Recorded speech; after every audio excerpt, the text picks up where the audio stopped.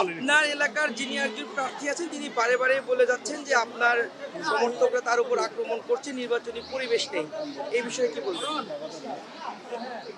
আমার সমর্থকরা আক্রমণ করছে বলছে ওরা, জি, মিথ্যা কথা। এটা একটা সিম্প্যাথি পাওয়ার জন্য কথা বলছে। আমি এত বছর নির্বাচন করি, 1991 সাল থেকে এ পর্যন্ত বিএনপি সমর্থকরা কোনো অপোজিট প্রার্থীর উপরে কখনো হামলা করে নাই, কোনো রেকর্ড নাই। এগুলো হলো সস্তা জনপ্রিয়তা পাওয়ার জন্য কথাগুলো হয়তো বলছে। আমার কোনো লোক কথা হামলা করছে না, তবে ওরা উস্কানি দিচ্ছে যাতে হামলা করা হয়।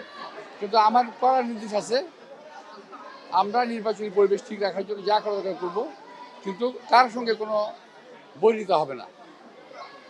বারে বারে একটা কথা বলা হচ্ছে এবং বিভিন্ন সময় রাস্তার যে ফুটপাতের দোকান, বিশেষ করে গতদিন আমরা দেখেছি যে ঢাকা মেডিকেলের সামনে গিয়ে তাদের যে দোকানপাট বসেছে সেখানে বারে বারে বলা হচ্ছে যে সেখানে চাঁদাবাজির মাধ্যমে দোকানগুলো স্থাপন করা হয়, একটি দলকে তারা ইন্ডিকেট করছে, মানে বিএনপির কথাই তারা বারে বারে বলছে।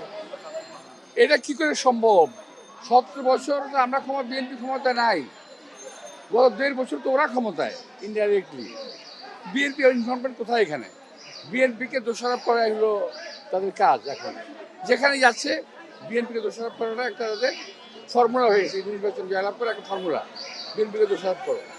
নাসিরউদ্দিন পাটোয়ারির বিভিন্ন পোস্টার দেখছি আমরা বিশাল সাইজের, যেটি নির্বাচন আচরণ বিধি লঙ্ঘন করে এবং অনেক জায়গায় কালারিং পোস্টারও করা হয়েছে, সেই বিষয়ে কি বলবেন? নির্বাচন আচরণ বিধি লঙ্ঘন করে ওটা নির্বাচন কমিশন দেখবে, ওটা আমার চোখে পড়েছে। আমি এগুলো কিছু ভাবি না। শুধু পোস্টার লিফলেট দিয়ে নির্বাচন জয়লাভ করা যায় না, যদি জনগণের মন জয় না করা যায়।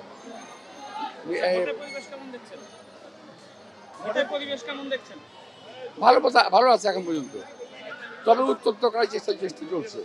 আমি ভালো, আমি খারাপ, কতটুকু ভালো কতটুকু খারাপ এলাকার মানুষ সব জানে। এলাকার মানুষ আমাকে ছোটবেলা থেকে চিনে।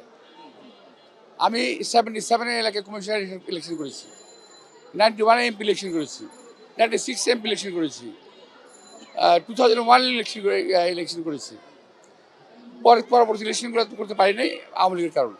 এনিওয়ে, আমার সে বিষয় না, বিষয় হলো তোমরা আমার সঙ্গে হাঁটো, তাহলে কিংবা এলাকার মানুষের কথা বলো, তাহলে বুঝতে পারবো।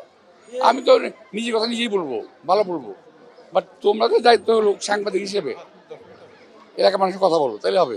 আপনার প্রতিদ্বন্দ্বী প্রার্থী কিছুক্ষণ আগেও ওই হাবিবুল্লাহ ভাই কলেজে ওইখানে আপনিও যাওয়ার কথা ছিল, আমরাও সেখানে অপেক্ষা করছিলাম যে আপনি যাবেন। যিনি প্রার্থী নাসিরউদ্দিন পাটোয়ারি তিনি গিয়েছিলেন এবং সেখানে একটা উত্তেজনা তৈরি হয়।